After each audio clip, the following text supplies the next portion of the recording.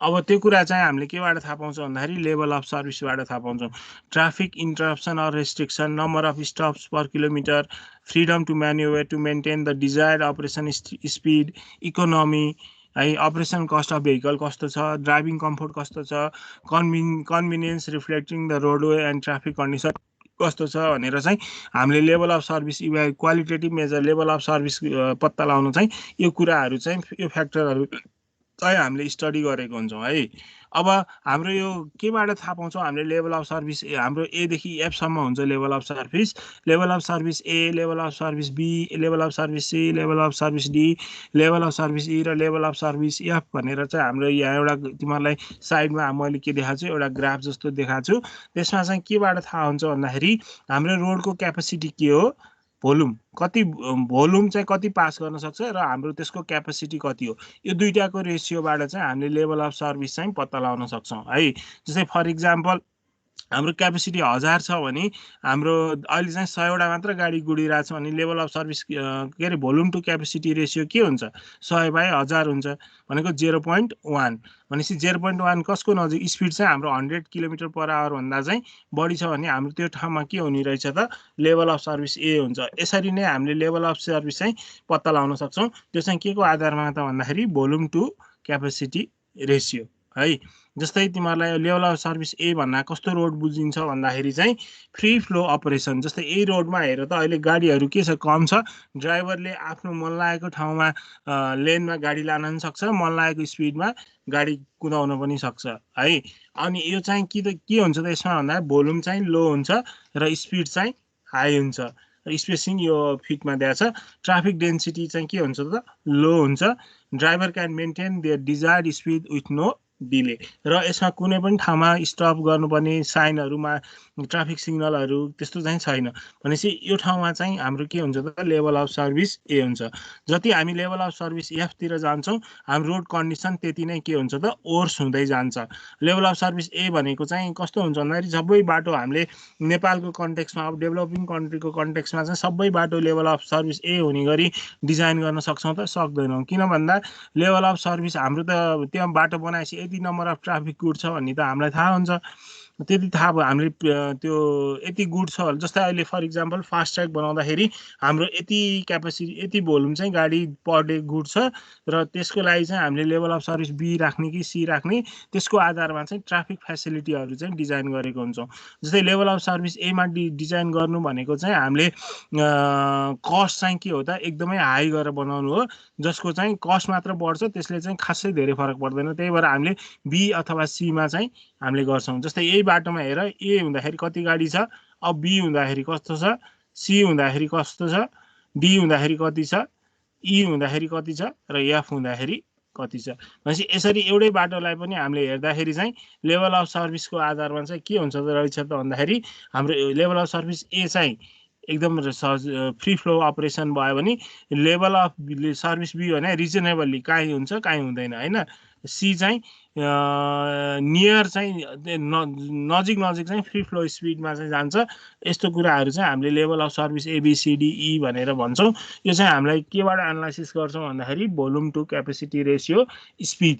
अब स्पिड चाहिँ 100 kilometre per our भन्दा बढी, बी भयो भने 90 किलोमिटर पर आवर भन्दा बढी, यसरी चाहिँ हामीले लेभल अफ सर्भिसलाई चाहिँ क्लासिफाई गरेको हुन्छौँ। यो चाहिँ हाम्रो हाइवे क्यापेसिटी म्यानुअल अनुसार चाहिँ गरेको हुन्छौँ है। अब के फ्याक्टरले गर्दाखेरि हाम्रो क्यापेसिटी चाहिँ घट्ने बढ्ने हुनसक्छ भन्दा एउटा चाहिँ होरिजेन्टल र भर्टिकल एलाइनमेन्ट कस्तो छ। अब एकदम होरिजेन्टल एलाइनमेन्ट सिधा छ बाटो छ अथवा साइड भर्टिकल एलाइनमेन्ट उकालो छ, त्यसको आधारमा पनि हाम्रो क्यापेसिटी फरक पर्ने भयो। लेन विथ र ल्याटरल क्लियरेन्सको आधारमा, ग्रेडको आधारमा। अनि अर्को चाहिँ ट्राफिक कन्डिसन चाहिँ डिरेक्सनल डिस्ट्रिब्युसन। अब कस्तो छ डिरेक्सनल डिस्ट्रिब्युसन र लेन डिस्ट्रिब्युसन, यसको डिटेलमा चाहिँ हामी लेन डिस्ट्रिब्युसन भनेर चाहिँ एउटा चाहिँ पर लेनमा चाहिँ कति गाडी फ्लो हुन्छ, लेन डिस्ट्रिब्युसन कस्तो छ त्यो अनुसार, र heavy vehicle in traffic stream अनुसार चाहिँ हाम्रो के हुन्छ त भन्दाखेरि क्यापेसिटी चाहिँ यसले चाहिँ हाम्रो क्यापेसिटीलाई असर गर्छ। त्यस्तै गरी अर्को चाहिँ स्पिड लिमिट कति राखेको छ है। अब यो चाहिँ डाइरेक्टली भन्न चाहिँ मिल्दैन, तर हाम्रो फ्री फ्लो स्पिडमा लान नसकेपछि हामीले के भन्छौँ त स्पिड लिमिटलाई, त्यसले चाहिँ हाम्रो क्यापेसिटीलाई घटाउँछ, फ्लोलाई घटाउँछ भनेर चाहिँ भन्न सक्छौँ। अर्को चाहिँ लेन युज कन्ट्रोल, अर्को चाहिँ traffic signal, stop and yield sign भनेको यिनीहरू कुराहरूले चाहिँ हाम्रो के गर्छ त भन्दाखेरि हाइवे क्यापेसिटीलाई फरक पार्छ। एउटा जोमेट्रिक कन्डिसन, ट्राफिक कन्डिसन र कन्ट्रोलिङ फ्याक्टर्सहरू के छ त हाम्रो रोडमा, यो कुराहरूले चाहिँ हामीले ट्राफिक क्यापेसिटी चाहिँ घट्ने र बढ्ने चाहिँ असरहरू गर्न सक्छौँ है। अब तिमीहरूलाई प्यासेन्जर कार युनिट चाहिँ के हो भन्दाखेरि जस्तै हाम्रो ट्राफिक चाहिँ मिक्स फ्लो कन्डिसनमा छ भने सबै गाडीहरूलाई चाहिँ एउटा कमन वेमा चाहिँ मेजर गर्नको लागि चाहिँ हामीलाई एउटा कुनै युनिट चाहिएको थियो हो, त्यो चाहिँ के हो त भन्दाखेरि हामीले उ गरेको प्यासेन्जर कार युनिट हो। अब यस्तो यस्तो चाहिँ किन हामीले गर्नु पर्यो भन्दा जस्तै हाम्रो लेन्थ विथ गाडीको फरक हुनसक्छ, डाइनामिक क्यारेक्टरिस्टिक्स फरक हुनसक्छ, स्पिड फरक हुनसक्छ, एक्सिलरेसन फरक हुनसक्छ। तर अब जस्तै 20वटा ट्रक 10वटा कार भनेर हामीले ट्राफिक काउन्ट गरिरहँदाखेरि अब ट्रकले कसरी असर गर्छ, ट्राफिक कार बसले कसरी असर गर्छ भन्ने कुरा, त्यो कुराहरू सबैलाई के गर्न खोजेको भन्दाखेरि एउटा कमन युनिटमा ल्याउन खोजेको। त्यो ल्याउँदाखेरि चाहिँ हामीले के भन्यो भन्दाखेरि PCU may be considered as a measure of relative space requirement of a vehicle class compared to that of passenger car under a specified set of roadway, traffic and other condition। भनेको अब सबैलाई एउटा common युनिटमा ल्याउनको लागि चाहिँ हामीले passenger car unit भनेर चाहिँ गरेको हो। अब हामीलाई के फ्याक्टरले गर्दा प्यासेन्जर कार युनिट कसैको भ्यालु 1, कसैको भ्यालु 2, कसैको भ्यालु 3 हुनसक्छ भन्दा एउटा चाहिँ यसमा भेहिकल क्यारेक्टरिस्टिक्सले असर गर्न सक्छ। अर्को चाहिँ transfers and longitudinal gaps or clearance between moving vehicles. अर्को चाहिँ ट्राफिक स्ट्रिमको characteristics, composition of vehicle class कस्तो छ त्यसको आधारमा पनि हाम्रो पिसियुको भ्यालु फरक पर्न सक्छ। अर्को चाहिँ रोडवे क्यारेक्टरिस्टिक्स, रोड जोमेट्रिकहरू कस्तो छ, ग्रेडियन्ट, कर्भ एसेक्ट्रा यो कस्तो छ त्यसको आधारमा पनि हाम्रो पिसियु चाहिँ फरक पर्न सक्छ। अर्को चाहिँ regulation and control of traffic, speed limit, one way traffic, presence of different traffic control device, त्यसको आधारमा पनि हाम्रो पिसियु फरक पर्न सक्छ।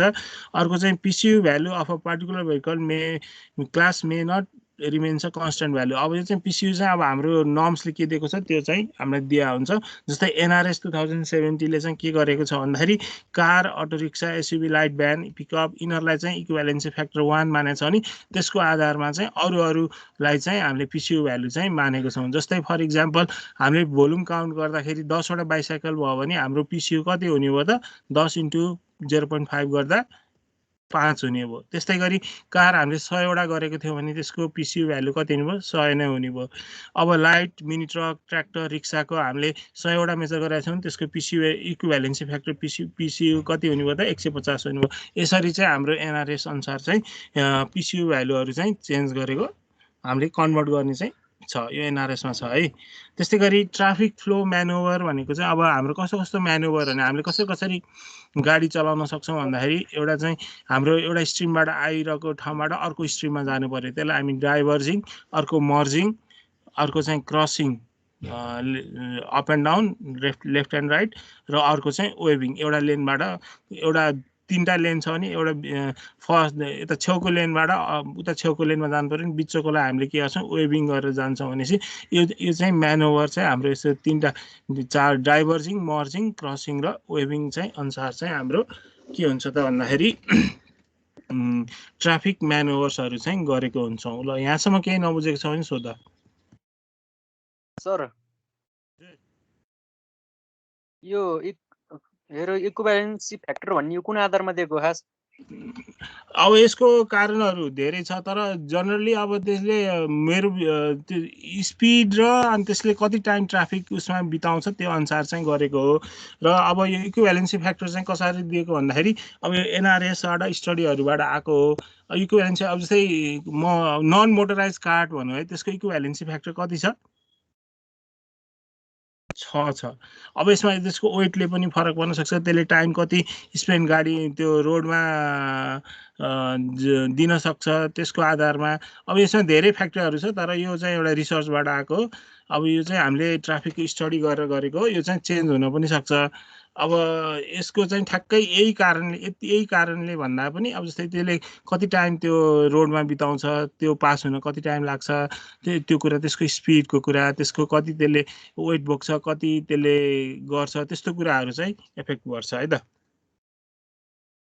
साइज भन्दा नि टाइम स्पेन्ड गरेको र स्पिडले बडी गभर्न गर्ने भयो है। यहाँ मैले भनेको छु नि भेहिकल क्यारेक्टरिस्टिक्स, अब त्यसको dimension, power, speed, acceleration, breaking characteristics के छ त अब त्यसको त्यो अनुसार अब त्यसले ट्राफिक स्ट्रिम क्यारेक्टरिस्टिक्समा कस्तो असर गर्छ, कस्तो त्यसको स्पिड नै बढी कुरा भनौँ न अहिले बुझ्नलाई, अलि सिम्पल भाषामा बुझ्नलाई है, अलि स्पिड नै बुझे नै हुन्छ एउटा सानो कुराको लागि। सर अनि ट्राफिक म्यानुभरिङ पनि भन्दिनु न सर एकचोटि। ट्राफिक म्यानुभरिङ भनेको चाहिँ कस्तो भन्दाखेरि अब हाम्रो स्ट्रेट गइरहेछ, अब हामीलाई लेफ्टतिर जानु पर्यो भने त्यस्तो टाइपको हामीले म्यानुभर गर्छौँ भने चाहिँ हाम्रो लेफ्टतिर जाने छ भने चाहिँ के भयो त, हाम्रो एउटा ट्राफिक स्ट्रिमबाट छुट्टिएर अर्को ट्राफिक स्ट्रिममा जानेको लागि चाहिँ हामीले डाइभर्जिङ म्यानुभर भनेर भन्छौँ। अब अन्त दुईटा जस्तै यो पार्टमा हेर है, यो पार्टमा के छ, यताबाट पनि रोड छ, यताबाट पनि रोड छ भनेपछि यो ट्राफिक चाहिँ यसको फ्लोसँग मिल्नको लागि के भयो, यो चाहिँ मर्जिङ म्यानुभर भनेर भन्छौँ। त्यस्तै गरी अर्को चाहिँ हाम्रो वेस्टबाट इस्टमा जाने, नर्थबाट साउथमा आउँदाखेरि यहाँ बिचमा के भयो, क्रसिङ म्यानुभर भयो कि भयो नि। त्यस्तै यसमा पनि यता तलबाट माथि र यताबाट यता जाँदाखेरि यहाँ बिचमा के भयो, इन्टरसेक्सन भयो। यस्तो टाइपको म्यानुभरलाई चाहिँ हामी क्रसिङ म्यानुभर भन्छौँ। त्यस्तै वेभिङ भनेको चाहिँ यहाँ 3टा लेन रोड छ, यता छेउको लेनको रोडबाट अर्को लेनको रोडमा अथवा यताबाट कतै एउटा अर्को रोड छ भने त्यताबाट यो थ्रु ट्राफिकलाई क्रस गरेर कुनै एउटा स्ट्रिमलाई चाहिँ क्रस गरेर अर्को स्ट्रिममा जानु पर्यो भने चाहिँ वेभिङ म्यानुभर भनेर भन्छौँ। अरू बुझ्छ? बुझिन्छ सर। ल अब अर्को टपिक सुरु गर्छु है आज म। आज त्यसमा न्युमेरिकल पनि छ।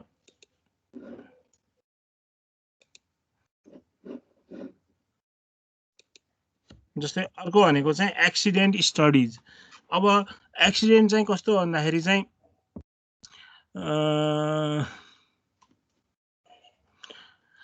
अब जस्तै हाम्रो धेरैवटा गाडी गुड्छ भने त्यो ठाउँमा चाहिँ जस्तै कसैको ट्रान्सपोर्टेसन फिल्डमा चाहिँ कोलिजनहरू हुनसक्छ, त्यसले गर्दा चाहिँ प्रपर्टी ड्यामेज हुनसक्छ, इन्जरी ड्यामेज हुनसक्छ अथवा फेटालिटी हुनसक्छ होइन। अब त्यो भएर चाहिँ हाम्रो एक्सिडेन्ट चाहिँ हामीले ट्रान्सपोर्टेसन फिल्डमा चाहिँ एकदम कमनली एक्सेप्टेबल ओड्स हो भनेर भन्छौँ। अब एक्सिडेन्ट भनेको के हो भन्दाखेरि हाम्रो इन्टेन्सनली नगरिकन हाम्रो अनइन्टेन्डेड नै त्यो कुरा, कुनै कुरा एक्सिडेन्ट अकर गर्छ भने, कुनै कुरा हुन्छ भने त्यसलाई हामी के भन्छौँ त भन्दाखेरि एक्सिडेन्ट भयो, एक्सिडेन्टली गरेँ, यस्तो चाहिँ कुराहरू चाहिँ द टर्म एक्सिडेन्ट भने चाहिँ ऱ्यान्डम इभेन्ट हो, no apparent reason other than it just happen भनेको यो चाहिँ हुने हो। आफूले चाहँदै त कसैले नि एक्सिडेन्ट गर्दैन, त्यही भएर चाहिँ त्यो एक्सिडेन्ट हुने हो। जस्तै कस्तो हुन्छ भन्दा जस्तै मेरो इन्टेन्डेड चाहिँ त्यो कुरा गर्ने थिएन तर त्यो कुरा भइदियो भने त्यस्तो कुरालाई हामी के भन्छौँ, sorry it was just an accident भनेर भन्छौँ। भनेपछि एक्सिडेन्ट चाहिँ एकदमै क्रुसियल कुरा हो ट्रान्सपोर्टेसनमा। जस्तै अहिले विभिन्न रोगबाट लाएर मर्ने र भन्दा पनि ट्रान्सपोर्टेसनको प्रयोग गरेर मर्ने मान्छेहरू चाहिँ के हुनसक्छ त धेरै हुनसक्छ। त्यही भएर चाहिँ एक्सिडेन्ट स्टडी ट्रान्सपोर्टेसनको लागि चाहिँ एकदमै एउटा नहुने कुरा हो, जसले गर्दा चाहिँ हामीले के गर्छौँ, हामीले बाटो बनाउँछौँ, बाटोमा गाडी गुड्छ, त्यो गाडीमा गुड्दाखेरि अब त्यो डिजाइनर प्रब्लमहरू सुरुमा नदेखिन सक्छ तर त्यहाँ चाहिँ एक्सिडेन्ट चाहिँ भइरहन सक्छ। अब के कारणले भयो, किन भयो, कसरी भयो, त्यसको रिमेडियल मेजर के हो भनेपछि यस्तो कुराहरू चाहिँ हामीले थाहा पाएर त्यसको रिमेडियल एक्सनहरू गरेर र हामीले ट्रान्सपोर्टेसनमा सबसे सेफ बनाउन नसकेको किन भन्दा यहाँ चाहिँ एक्सिडेन्ट भइरहन्छ। भनेपछि हामीले नम्बर अफ एक्सिडेन्टलाई चाहिँ कसरी कम गर्ने भनेर चाहिँ थाहा गरिरहनुपर्छ, किनकि त्यसले त एउटा प्रपर्टी ड्यामेज गर्ला, अर्को सबसे क्रुसियल कुरा त फेटालिटीको कुरा छ, मान्छे मार्न सक्छ अनि मान्छेको डेथ हुनसक्छ। भनेपछि यो कुराहरूले गर्दा चाहिँ एक्सिडेन्ट स्टडी चाहिँ अहिले चाहिँ एकदम इमर्जिङ एउटा चाहिँ फिल्ड हुँदैछ। त्यही भएर एक्सिडेन्ट स्टडी चाहिँ हामीलाई एकदम इम्पोर्टेन्ट छ है भनेर भन्नु खोजेको। अब चाहिँ अब हाम्रो ट्रान्सपोर्टेसनमा चाहिँ किन एक्सिडेन्ट छ भन्दाखेरि चाहिँ किन छ भन्दा यो चाहिँ यहाँ चाहिँ गाडी फ्लो गर्ने प्याटर्न कम्प्लेक्स छ, presence of mix traffic along with pedestrian भनेपछि अब हाम्रो यहाँ गाडी डिजाइनरले रोड बनाएर छोडिसकेपछि कस्तो हुन्छ भन्दाखेरि पछि त ड्राइभरहरूले गाडी कुदाउने हो। अब ड्राइभरको इन्डिभिजुअल रोड युजर्स कस्तो छ त उसको बिहेभियर त्यसमा डिपेन्ड गर्यो। त्यसपछि गाडीको उसको कन्डिसनमा छ कि छैन त्यो कुरामा डिपेन्ड गर्यो। अर्को भनेको डिजाइनरमा चाहिँ कुनै डिफेक्ट छ कि छैन त्यो कुराले गर्यो। भनेपछि यो सबै कुराहरू चाहिँ हामीले प्रेडिक्ट गर्न चाहिँ एकदम गाह्रो हुन्छ भनेर भन्छौँ र यस्तो चाहिँ एकदम कम्प्लेक्स हुन्छ भन्छौँ। तर त्यसलाई चाहिँ अलिकति इज गर्न चाहिँ हामीले के गर्छौँ, लस अफ लाइफ र प्रोपर्टीहरूको बचाउनको लागि चाहिँ एक्सिडेन्ट स्टडी चाहिँ एकदम इम्पोर्टेन्ट छ भनेर भन्छौँ। अब traffic accident leads to loss of life and property. Thus, the traffic engineers have to undertake a big responsibility of providing safe traffic movements to the road users and ensure their life safety भनेर भन्छौँ है। अब जस्तै objective of accident study के हो भन्दाखेरि चाहिँ cause of accident र सजेस्ट प्रिभेन्टिभ मेजर्स। अब त्यसले गर्दा कज के हो, त्यसको प्रिभेन्टिभ मेजर्स के हो, कज अफ एक्सिडेन्ट के हो भन्दा जस्तै हाम्रो धेरै जसो ट्राफिक एक्सिडेन्ट हुँदाखेरि चाहिँ स्टडी पहिला है, अब अहिले चाहिँ अलिकति चेन्ज भएको छ। पहिला चाहिँ कस्तो हुँदाखेरि ड्राइभरको लापरवाहीले गर्दा एक्सिडेन्ट भयो, ड्राइभरको लापरवाहीले गर्दा एक्सिडेन्ट भयो अथवा चालकको लापरवाहीले गर्दा एक्सिडेन्ट भयो भनेपछि त्यो कजमा धेरै त्यो पहिला चाहिँ त्यो कुराहरू बढी आउनु गर्थ्यो। किनकि हामीले त्यसलाई कसरी एनालाइसिस गरेका थियौँ, के कारणले त्यो एक्सिडेन्ट भएको हो भनेर चाहिँ हामीले धेरै स्टडी गर्ने थियौँ। जस्तै भेहिकल यहाँबाट कति स्पिडमा गइरहेको थियो अनि त्यहाँनिर ठोक्किँदाखेरि के थियो, हेड अन कोलिजन अथवा के थियो, के कारणले गर्दा, जस्तै त्यहाँ कुनै मान्छे बाटोको अपोजिट काटिदिनाले एक्सिडेन्ट भएको भए पनि ड्राइभरले ब्रेक लाउँदा पनि नभ्याएर हुनसक्थ्यो। भनेपछि यस्तो चाहिँ हामीले चाहिँ किन यसको मेन इम्पोर्टेन्स छ भन्दा कज अफ एक्सिडेन्ट के हो र त्यसको प्रिभेन्टिभ मेजर्स के हो भनेर। जस्तै अब एउटा सानो कुरा गर्दाखेरि चाहिँ जस्तै रातिको टाइममा एक्सिडेन्ट चाहिँ काठमाडौँमा सिटीमा एकदम बढ्यो। के कारणले भन्दा राति मापसे गरेर गाडी चलाउनेहरूको चाहिँ एक्सिडेन्ट बढी भयो भने त्यसो भए मापसे गरेर गाडी चलाउन नपाउने रुल ल्याउँ न त, कन्ट्रोल मेजर्सहरू ल्याउँ। अनि यस्तो कुराहरू चाहिँ हामीलाई एक्सिडेन्ट स्टडी गरेर चाहिँ कज पनि थाहा हुन्छ र त्यसको हामीले के सजेस्ट गर्छौँ भन्दा प्रिभेन्टिभ मेजर्स पनि सजेस्ट गर्न सक्छौँ। त्यही भएर चाहिँ हाम्रो एक्सिडेन्ट स्टडी चाहिँ स्टडी गर्नुपर्छ। अब अर्को चाहिँ existing facility and support new improvement. जस्तै तिमीहरूले गाडीहरू गुडिरहेको ठाउँमा बाटोहरूतिर देख्दाखेरि चाहिँ यहाँ चाहिँ अति दुर्घटनाग्रस्त क्षेत्र भनेर तिमीहरूले देखिरहेको हुन्छौ होइन। भनेपछि कसरी थाहा भयो भन्दा यहाँ चाहिँ एक्सिडेन्ट धेरै हुँदो रहेछ के कारणले, यो कारणले। जस्तै रोडहरूमा पनि सार्प टर्निङ भनेको घुमाउरो मोड यस्तो कुराहरू राख्यो। कसरी थाहा भयो भन्दा हामीले एक्सिडेन्ट भयो त्यसको स्टडी गऱ्यौँ र एक्जिस्टिङ फेसिलिटीमा के डिफिसियन्सीहरू छ त्यसलाई चाहिँ इम्प्रुभ गर्नको लागि पनि हामीलाई थाहा हुनुभयो। अर्को चाहिँ to carry out before and after study to check the effect of the improvement. त्यसपछि इम्प्रुभमेन्ट गर्यो। अब जस्तै यहाँबाट जस्तै फर इक्जाम्पल क्रास ब्यारियरहरू राख्छौँ नि हामीले, रोडको साइडमा स्टिल ब्यारियरहरू, क्रास ब्यारियरहरू राख्छौँ। त्यो राखिसकेपछि अब पहिला चाहिँ त्यो गाडी सबै खसेर त्रिशुलीमै पुग्थ्यो, त्यसले गर्दा चाहिँ त्यो गाडीहरूलाई खस्नबाट जोगायो। जस्तै तिमीहरूले मुगलिन नारायणगढ रोडमा जाँदाखेरि त्यहाँ ब्यारियर राखेको छ तर तार जस्तो राखेको छ होइन। भनेपछि यस्तो कुराहरू चाहिँ हामीले के गर्छौँ भन्दाखेरि एक्सिडेन्ट हुनुभन्दा अगाडि र एक्सिडेन्ट भइसकेपछि स्टडीहरू गर्छौँ र इम्प्रुभमेन्टहरू गर्छौँ। त्यो इम्प्रुभमेन्टले काम गरेन पनि थाहा हुन्छ। भनेपछि यो कुराको लागि चाहिँ हामीलाई एक्सिडेन्ट स्टडी अथवा यो चाहिँ अब्जेक्टिभ अफ एक्सिडेन्ट स्टडी हो। अब लसेस अफ एक्सिडेन्ट के हो त, केमा के कुरा, जस्तै अब एकदम हामीले बचाउनु पर्नेमा भनेको चाहिँ लाइफ हो। तर लाइफ सँगसँगै हामीले के लसेस के छ अरू त्यसले गर्दा भन्ने कुरा पनि हामीलाई थाहा पाउन सक्छौँ। अन्त मैले भनिहालेँ to define the identify high accident zone, black स्पटहरू पत्ता लगाउन पनि हामीले एक्सिडेन्ट स्टडीहरू गर्नुपर्छ। अब मैले अघि पनि भने basic element off road accident के हो, एउटा रोड युजर्स हो, एउटा भेहिकल हो, अर्को रोड एन्ड कन्डिसन हो, अर्को चाहिँ इन्भाइरोमेन्टल फ्याक्टर हो। अब जस्तै कहिलेकाहीँ एउटा कारणले पनि हुनसक्छ, कहिलेकाहीँ चाहिँ नम्बर अफ कजेसको कम्बिनेसनबाट पनि हुनसक्छ। जस्तै जस्तै ट्राफिक सिचुएसनहरू हामीले पत्ता लगाउन सकेनौँ। जस्तै हामी बाटो काट्दैछौँ, त्यहाँबाट गाडी कुन कुन स्पिड आइरहेछ, त्यो कहाँसम्म मैले बाटो क्रस गर्दा कहाँसम्म आइपुग्छ भन्ने कुरा हामीले अन्दाज गर्न सकेनौँ भने के हुन्छ, हाम्रो एक्सिडेन्ट हुनसक्छ। साइन र सिग्नलमा हामीले थाहा नपाउन सक्छौँ। त्यो कुरा हाम्रो एटेन्सनले गर्दा, डिस्ट्र्याक्सनले गर्दा, मिसजजमेन्टले गर्दा त्यो कुराहरूले चाहिँ हामीले के गर्छन् भन्दा रोड युजर्सले कारणले पनि हुनसक्छ। अब अर्को चाहिँ ल्याक अफ स्किल, अब इनएक्सपिरियन्स। जस्तै अब हामीले बाटो कसरी काट्ने भन्ने कुरा हाम्रो एक्सपिरियन्स भएन भने, सानैदेखि हामीले एजुकेट गरेनौँ भने त्यो कुराहरूले चाहिँ हाम्रो चाहिँ रोड युजर्सहरू कारण गर्छ। अब हाम्रो अल्कोहल खाएको छौँ कि फेटिक छौँ कि अथवा ड्रग युज गरेका छौँ अथवा हामी राम्ररी नसुतिकन गाडी चलाएको छौँ, यो कुराहरू चाहिँ रोड युजर्सले कारणले गर्दाखेरि हो।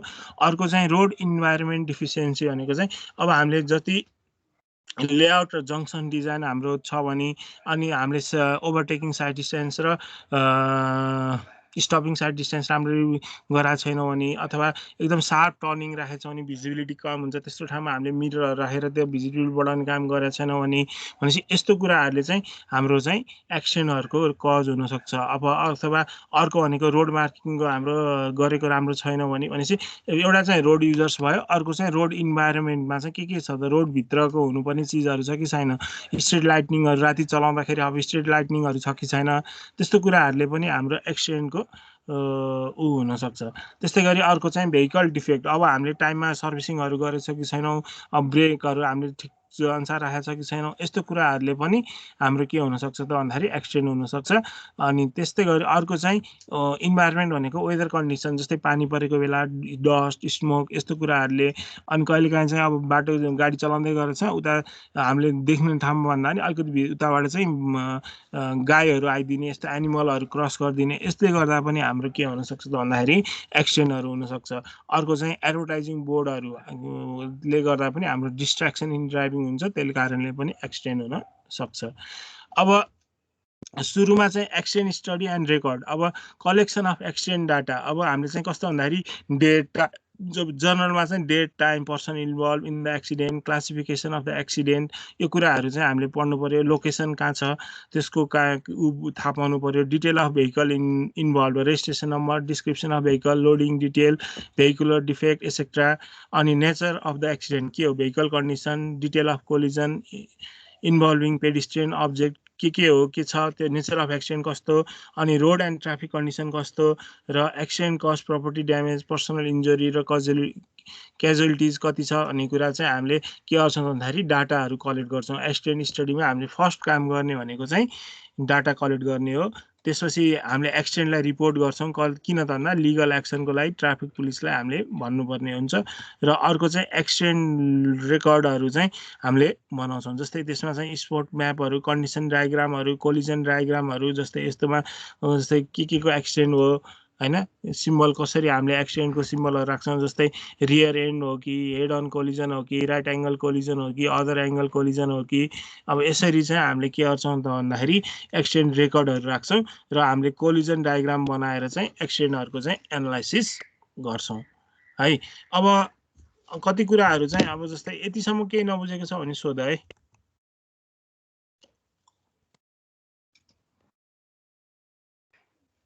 हेलो हेलो हजुर सर बुझिरहेको छु, भन्नुहोस् न।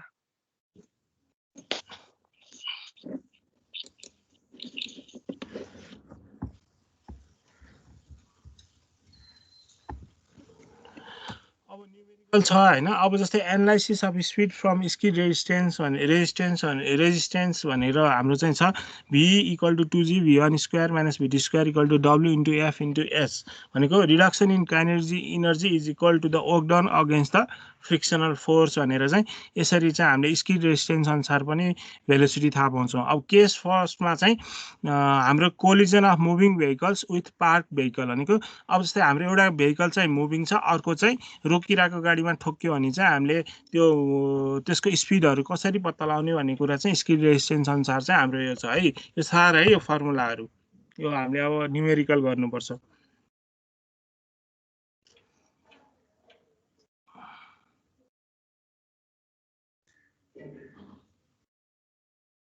जस्तै यसमा चाहिँ तिमीलाई थाहा छ नि kinetic energy reduction in kinetic energy equal to work done against frictional force. यो यही बेसमा हामीले चाहिँ सबै गर्छौँ है। अनि यति यो न्युमेरिकल फर्मुला सार है।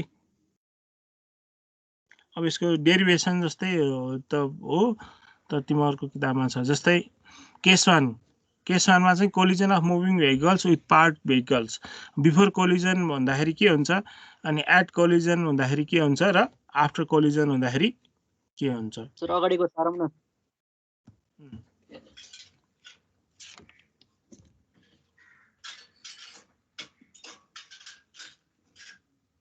सर कुन चाहिँ चाहिने हो सर खासमा, कि सबै सार्ने? अनि जस्तै W/2G V1 square minus VT square into equal to W into F into S। यो आएको बुझेछ कि छैन पहिला एकताल मलाई भन त। त्यो लगभग बुझेकै छ sir. Kinetic energy principle reduction half mv square equal to work done हैन। अनि जस्तै स्पिड त घट्छ नि, त्यो स्किड हामीले ब्रेक लगाइसकेपछि त्यो अनुसार चाहिँ V2 हुन्छ भनेर भनेको है, V1 र V2।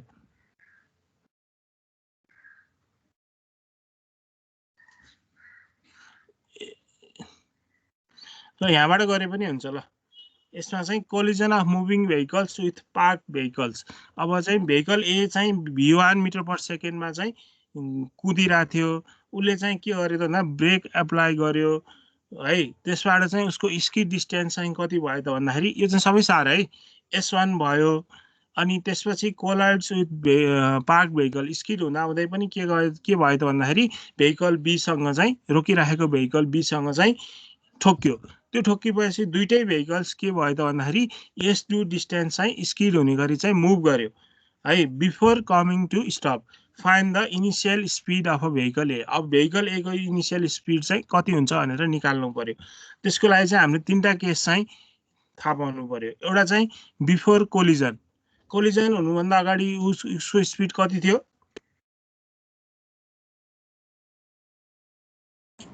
V1। अब यसको लागि चाहिँ तिमीहरूलाई यो V1 square equal to VT square plus 2G F S1 आएको बुझ्छौ? यो क्वेसन यो इक्वेसनबाट आएको है। यो first equation W/2G V1 square minus VT square equal to WFS बाट आएको है त्यो। यो फर्स्ट भेहिकल ए को V1 square equal to VT square plus 2G F S1 भनेर आएको चाहिँ अगाडिको योभन्दा। हजुर जेनरल इक्वेसन बुझ्नलाई अगाडि कुन सार्नु पर्छ होला? यो एउटा यो माथिको इक्वेसन सार्नुपर्छ। W/2G V1 square minus VT square equal to W into F into S। एउटा इक्वेसन सर यो सबै एकचोटि सर र सारांश सर, अनि मजाले बुझिन्छ होला सर। ए ल सारन त सार म टाइम दिन्छु है त, 5 मिनट दिन्छु है त एउटा स्लाइडलाई।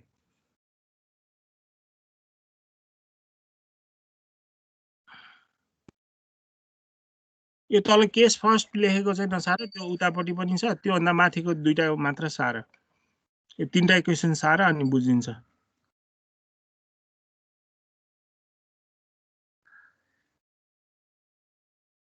यसको चाहिँ यो कसरी आएको भन्दा reduction in kinetic energy is equal to the work done against the frictional force.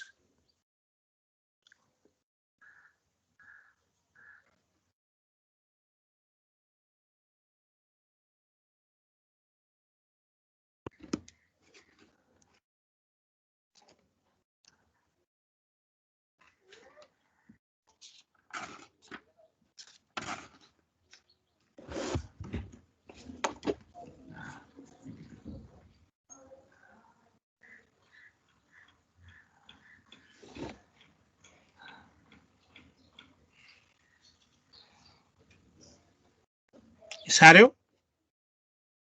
Case one सार्नु पर्दैन है अहिले, एकैछिन सर है। सिकेपछि एकजनाले सिक्यो भने है।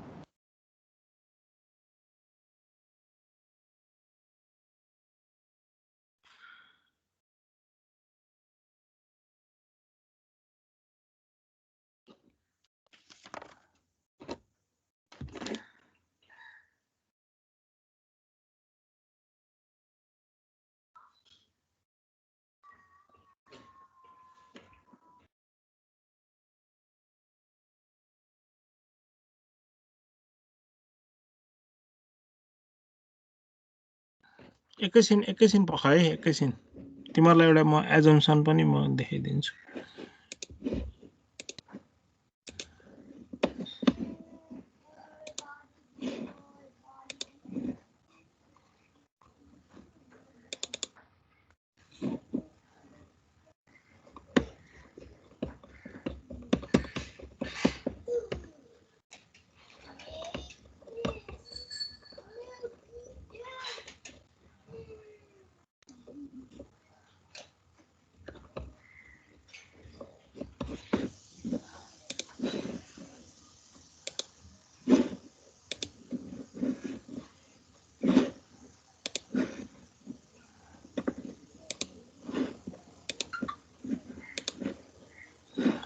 यो सार है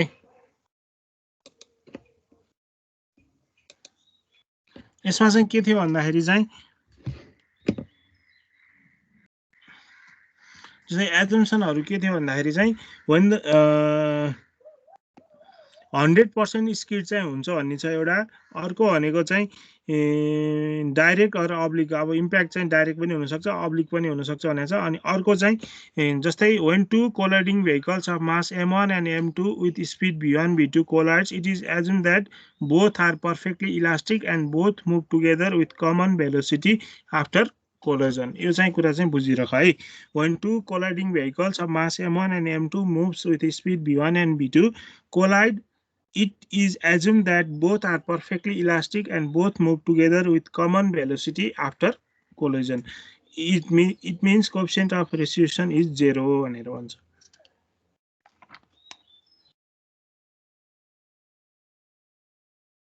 भयो यो सार्यो भयो सर केस टु हेरौँ न केस फर्स्ट यो अहिलेको केस फर्स्टै सुरु है जस्तै केस फर्स्टमा चाहिँ मैले बुझाउन खोजेको चाहिँ कस्तो भन्दाखेरि यसलाई चाहिँ हामीले कसरी गर्न सक्छौं भन्दाखेरि चाहिँ collision of moving vehicle with park vehicle भनेर भन्छौं जस्तै यसमा चाहिँ मेरो एउटा गाडी चाहिँ v1 मिटर पर सेकेन्डमा चाहिँ गइरहेको थियो अनि उले चाहिँ के देख्यो भेहिकल बी पार्क गरेको भेहिकल बी देख्यो त्यो देखिसकेपछि उले के गर्यो ब्रेक लगाएपछि गाडी त सर्टेन टाइममा चाहिँ स्किड हुन्छ त्यसको डिस्टेन्स भनेको चाहिँ कति छ त भन्दा s1 छ भनेर भन्छ है अब स्किड हुँदा हुँदै पनि ब्रेक लाउँदा पनि ब्रेकले एप्लिकेसन अफ ब्रेकले चाहिँ उलाई रोक्न सकेन भने उ चाहिँ अर्को पार्क भेहिकलसँग गएर ठोक्यो त्यो ठोकिसकेपछि दुईटै भेहिकल चाहिँ कति स्किड भयो त भन्दा s2 स्किड भयो के before coming to the stop भनेको रोकिनु भन्दा अगाडि चाहिँ s2 डिस्टेन्स चाहिँ मुभ गर्यो र दुईटै भेहिकल रोक्यो अब यो रोकिसकेपछि हामीले के थाहा पाउनु पर्यो त भन्दाखेरि इनिशियल स्पिड अफ भेहिकल ए कति छ भनेर पत्ता लगाउनु पर्यो त्यसको लागि बिफोर कोलिजनको लागि चाहिँ जस्तै हाम्रो स्किड मार्क कति छ जस्तै यो अगाडिको इक्वेसनबाट हामीले थाहा पाउँछौं जस्तै w/2g v1² - vt² भनेको रिडक्सन इन काइनेटिक एनर्जी हो कि हैन हो सर v2 भने चाहिँ के हो रे v2 भनेको स्पिड अफ भेहिकल जस्तै यसमा चाहिँ कसरी भन्दाखेरि भए त तिमीहरुलाई म पेनबाट देखाइदिन्छु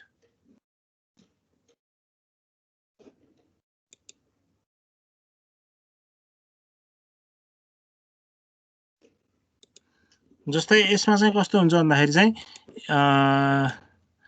एउटा भेहिकल यसरी मुभ गरिरहेछ यहाँ एउटा भेहिकल छ रे यसरी मुभ गरिरहेछ र यहाँ कतै एउटा चाहिँ पार्क रोकेर राखिरहेको भेहिकल चाहिँ छ अब यो भेहिकल मुभ गर्दै जाँदाखेरि चाहिँ अब यो गाडी देखेपछि उले के गर्यो त यो पोइन्टबाट चाहिँ उले के गर्यो ब्रेक एप्लाई गर्यो है यो ब्रेक एप्लाई गरिसकेपछि उ चाहिँ चिप्लेर यति डिस्टेन्स चाहिँ मुभ गर्यो भनेपछि पहिला सुरुमा यो भेहिकलको कुन स्पिडमा मुभ गरिरहेको थियो त भन्दाखेरि v1 मा मुभ गरिरहेको थियो अथवा v1 थियो भनौं न यो भेहिकलको ब्रेक लागिसकेपछि उसको स्पिड के हुन्छ यो डिस्टेन्समा कुन हुन्छ भन त ब्रेक लागिसकेपछिको यो मुभिङ भेहिकलको स्पिड के हुन्छ घट्छ नि हो किन ब्रेक लगाएपछि हो किन भन त हो सर त्यो भनेको v2 हो है र अब ठोकिसकेपछि फेरि त्यहाँ ठोकिसकेपछि फेरि दुईटै भेहिकल मुभ गर्ने स्पिड भनेको v3 भयो र v4 भनेको रोकिसकेको स्पिड भयो यसरी चाहिँ v1 v2 v3 v4 हामीले चाहिँ थाहा पाउन सक्छौं यो थाहा पाएपछि यो इक्वेसन केही पनि गाह्रो छैन V2 जस्तै भनेको यहाँ के त्यो कोलिजन हुनुभन्दा अगाडिको स्पिड हो सर? होइन V2 भनेको चाहिँ ठ्याक्कै ब्रेक लाउनु भन्दा ब्रेक लगाइसकेपछि उसको स्पिड जति घट्छ त्यो नै उसको V2 हो जति स्किड डिस्टेन्समा ऊ मुभ हुन्छ त्यो नै उसको V2 हो स्किड हुँदा हुने भेलोसिटी चाहिँ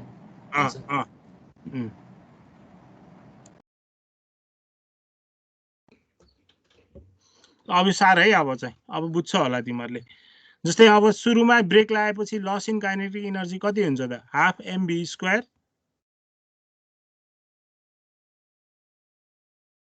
सर थोड़ा जुम गर्नुस् न। जस्तै यो बुझ्छ यो इक्वेसन बुझ्यो भने यो बुझ्छ यो इक्वेसन बुझाएको छैन यो यो यो हेर त यो W/2g v1² - vt² W × f × s बुझाएछ कि छैन कसरी आयो भनेर यो एउटा बुझ्यो भने सबै बुझ्छौ तिमीहरूले बुझाछ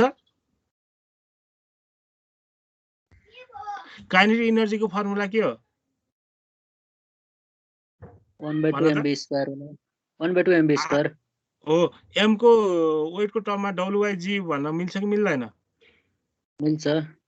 सुरुमा काइनेटिक एनर्जी कति थियो mv1² थियो त्यसपछि पछि कति भयो mv2² हुने भयो किन लस भनेको त mv1² - mv2² हो किन काइनेटिक एनर्जीको लस भनेपछि यो m लाई कमन लिएर हाफ र m लाई कमन लिएपछि W/g इन्टु यो गरेको यति बुझ्यो भने बुझ्छ है यो केही छैन यो सिम्पल फर्मुला मात्र हो यति बुझ्यो भने यो v1 निकालेको बुझ्छ यो v1 निकालेको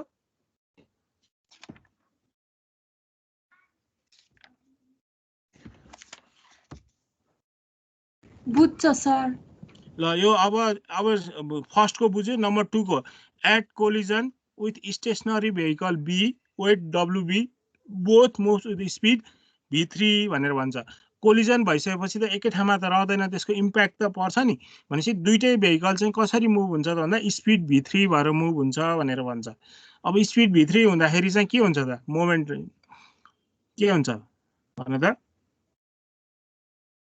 एट कोलिजनमा हुँदाखेरि momentum before impact equal to momentum after impact momentum निकाले mv1 = mv2 भनेको अब यसमा के हुन्छ मोमेन्टम इक्वल हुन्छ भनेपछि भेहिकल कुन स्पिडमा गुडिरहेछ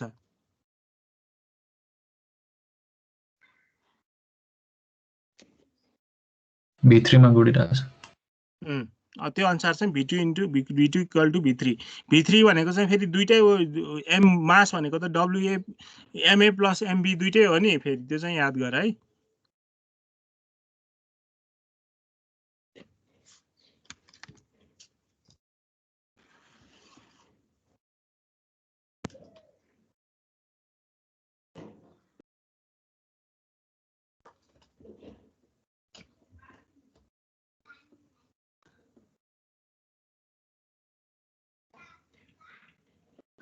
जस्तै माथिकोलाई इक्वेसन 1 अनि एट कोलिजनलाई इक्वेसन 2 र तलकोलाई 3 यसरी बनायो भने तिमीलाई अर्को एउटा इक्वेसन निकाल्न मिल्छ साह्रै हो बुझिएर साह्रै है बुझेको छैन भने सोध है मलाई म भन्छु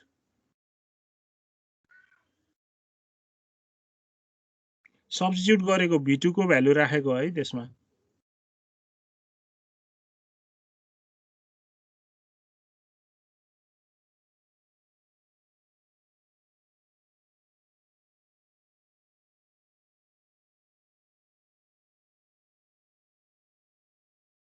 सर त्यो पर्फेक्टली प्लास्टिक इम्प्याक्ट एज्युम पछि के गरेको एकचोटि भन्नु न जस्तै मोमेन्टम इक्वल गरेको जस्तै कस्तो भन्दा mv मोमेन्टम इक्वल के गरेको भन्दाखेरि जस्तै हाम्रो गाडी त ठोक्यो नि अब ठोकिसक्यो कि छैन ठोक्यो हो ठोक्यो हजुर सर ठोकिसकेपछि दुईटै गाडी चाहिँ के हो त एउटै स्पिडमा स्किड भयो भनेर भनेको छ पछाडि ठोकिसकेपछि अब ठोकिनु भन्दा अगाडिको मोमेन्टम र दुईटै गाडी ठोकिसके पछाडिको मोमेन्टम चाहिँ के छ त भन्दा इक्वल छ भनेर चाहिँ हामीले एज्युम गरेको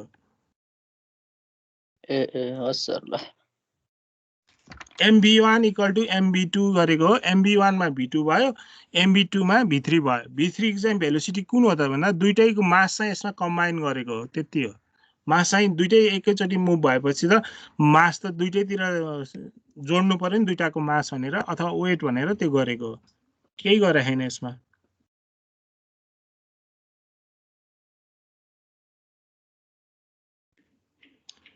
अनि आफ्टर कोलिजनमा झन् सजिलो छ त्यही क्वेसनलाई V4 लाई 0 बनाएको हो र सबैको भ्यालु चाहिँ माथि लगेर सब्स्टिट्युट गरेपछि चाहिँ तिमीहरूलाई एउटा इक्वेसन आउँछ त्यो इक्वेसन बनाएर राख म देखाइदिन्छु देखाउन त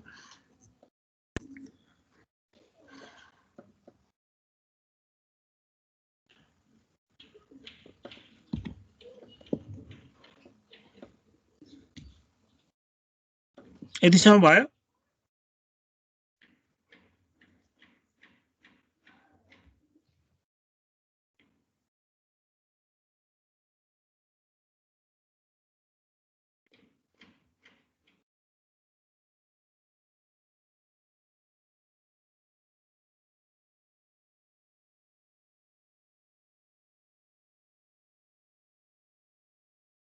भयो सर ल यो चाहिँ सब्स्टिट्युट गरेर निकालेको हो केही होइन त्यो माथिको क्वेसनमा सब्स्टिट्युट गर्दै गर्दै गर्दै गऱ्यो भने सबैलाई V1 को टर्ममा निकालेको हो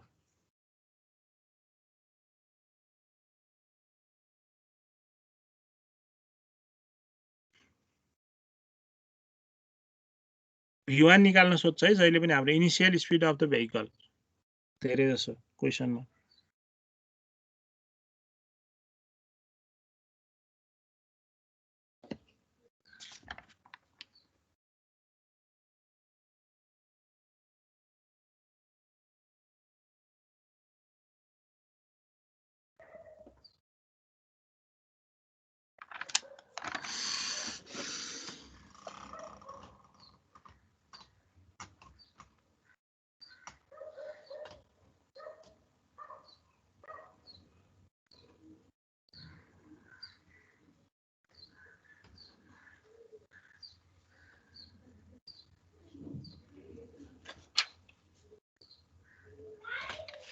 भयो यति सार्यो एकैछिन सर केही होइन है त्यो अहिलेको माथिको V1 मा भ्यालुहरु सब्स्टिट्युट मात्र गरेको हो के त्यो ठ्याक्क तिमीहरूले V2 र V3 सब्स्टिट्युट गर्यो भने यो भ्यालु आउँछ V1 मा है केही गरे हैन अर्थ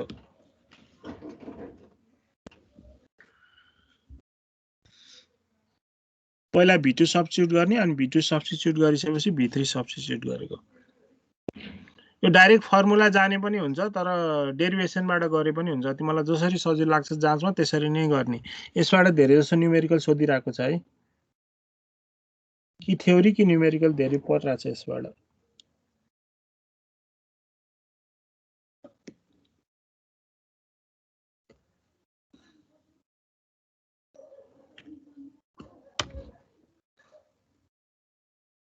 भयो भयो सर एउटा यो न्युमेरिकल गरेर पख त यो एउटा न्युमेरिकल गर त पहिला सार त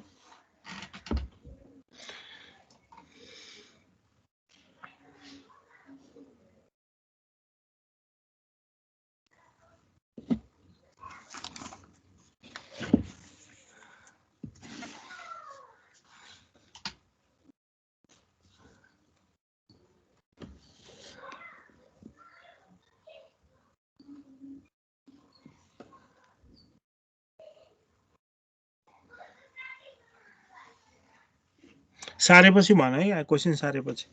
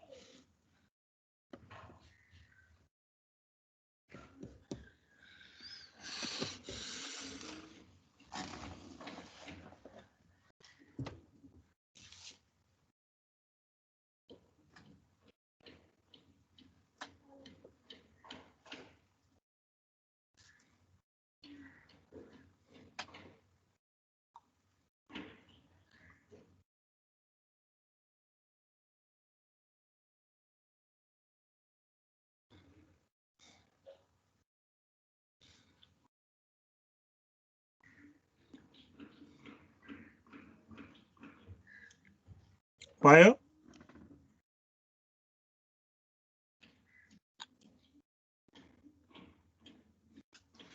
भयो भयो सर। ल अब यसमा बुझ्नको लागि म भन्छु त्यो तिम्रो लेख है त।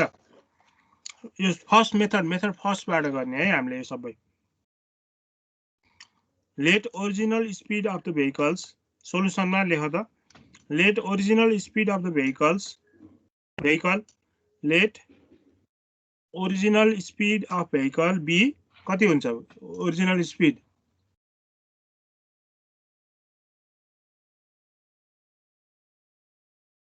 हामीले कति माने थियौँ ओरिजिनल स्पीड? v1 हुन्छ सर, v1 v1 अब त्यसपछि के छ त ओरिजिनल स्पीड v1 छ भने उसले ब्रेक लगाएको छ नि है, स्किड थ्रु डिस्टेन्स कति छ? 38 मिटर। भनेपछि अब v2 कति? v2 पनि हाम्रो v1 र v2 भन्ने बुझ्यो? जस्तै मैले भन्छु, म लेख है त अब। Let original speed of the vehicle B v1 metre per second reduce to v2 metre per second by applying the brake. यदि ब्रेक लगाएको रहन्छ भने v2 कति हुन्छ?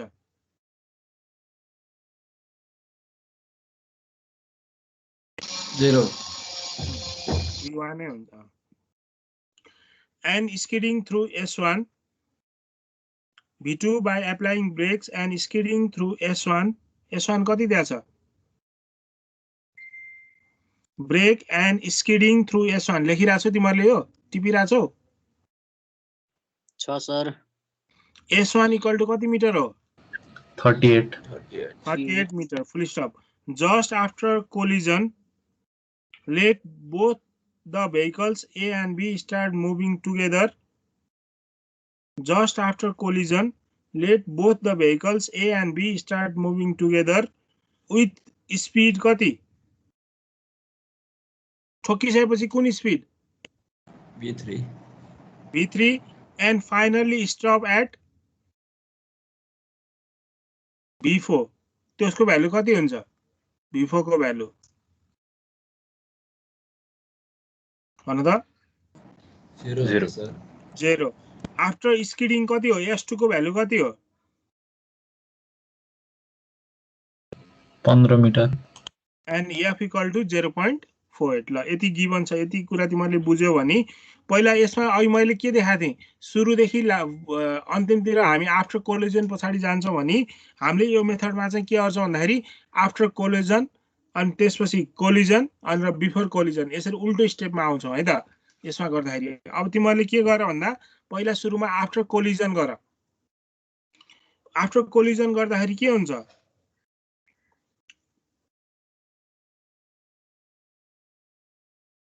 Loss in kinetic energy of both vehicle together. Loss in kinetic energy कति हुन्छ त both भेहिकलको भन त?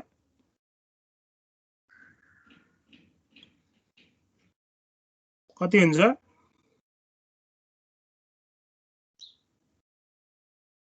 दुईटाको मास अनि त्यो भित्रीको square minus 0 square equal to त्यो डिस्टेन्स सर, त्यो W अनि F अनि स्किड डिस्टेन्स S2। W कति हुन्छ? त्यो दुईटाको सम, दुईटा गाडीहरुको। अब गर ल, बुझ्यो ल, अब त्यसमै बुझ्यो ल। गर त कति आउँछ भ्यालु भन है।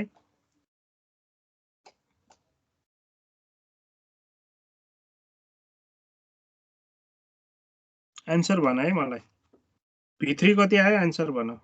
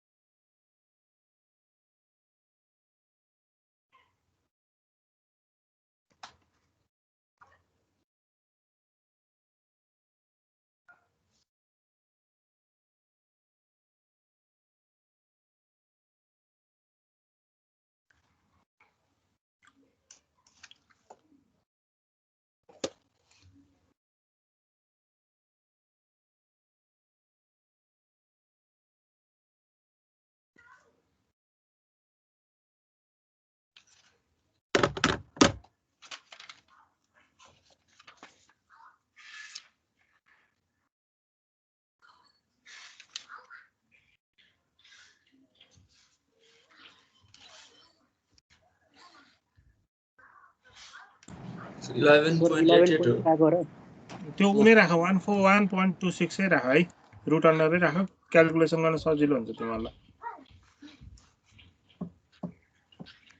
कति आयो 11 point कति आयो 885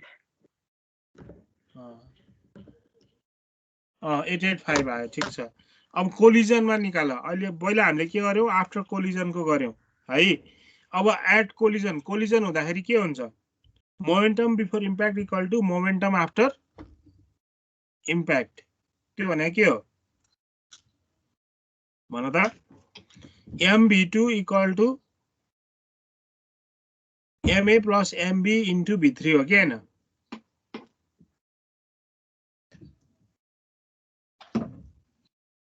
हो v2 कति आउँछ निकाल त अब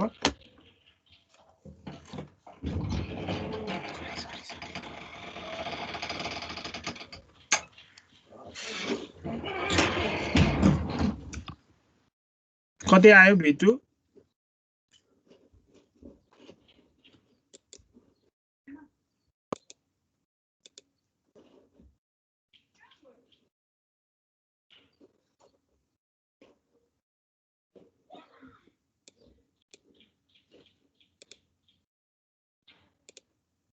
19 आएको हो सर कति 19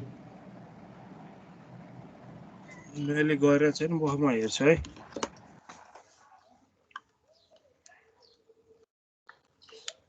$19.01 अब बिफोर कोलिजन को निकाल बिफोर कोलिजन को के हुन्छ formula loss of kinetic energy equal to work done against braking force in reducing the speed त्यो निकाल त v1 कति आयो ठ्याक्कै त्यही भ्यालु हो के हुन्छ फर्मुला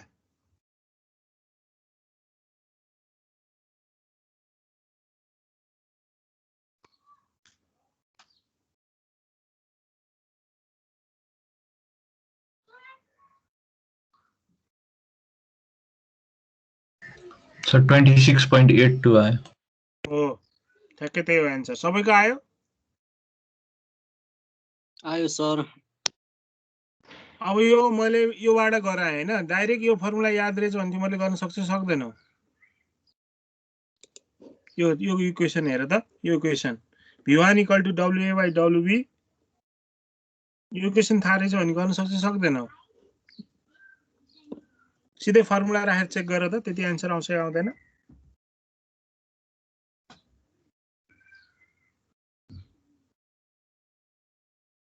यो माथिको इक्वेसनमा राख है यसमा यो भ्यालुमा राख त v1 निकाल्दाखेरि यो इक्वेसन आएर रहेछ भने तिमीले गर्न सक्छौ सक्दैनौ त हेर त चेक गर त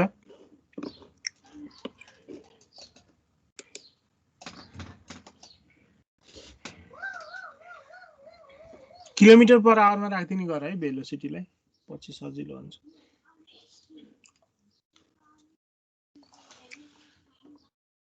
यो इक्वेसन लाउँदा नि त्यति नै आयो value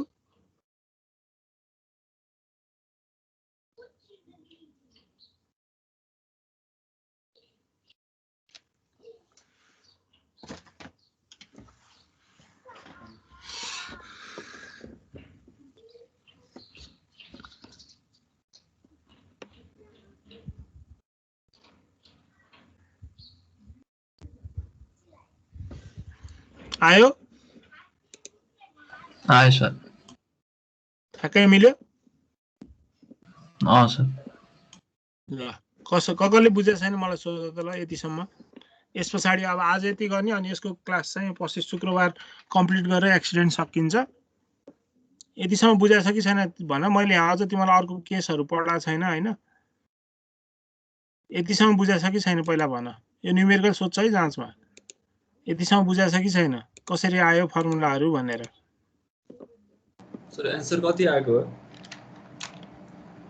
answer 26.82 metre per second 96.55 kilometre per hour र 51 कुन चाहिँ हो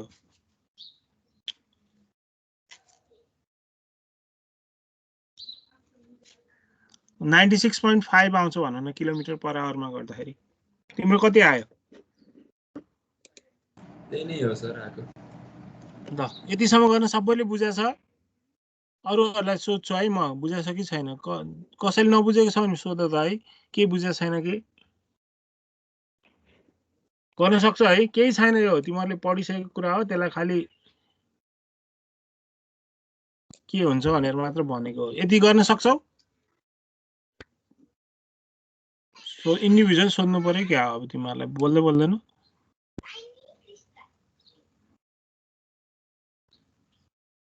भूपेन्द्र भूपेन्द्र हजुर सर, बुझ्या हो? बुझ्या हो सर। ल ठिक छ, ल आजलाई यति गरौँ है त क्लास। ल सर हजुर, आजबाट हाम्रो क्लास छैन, अटोक्याड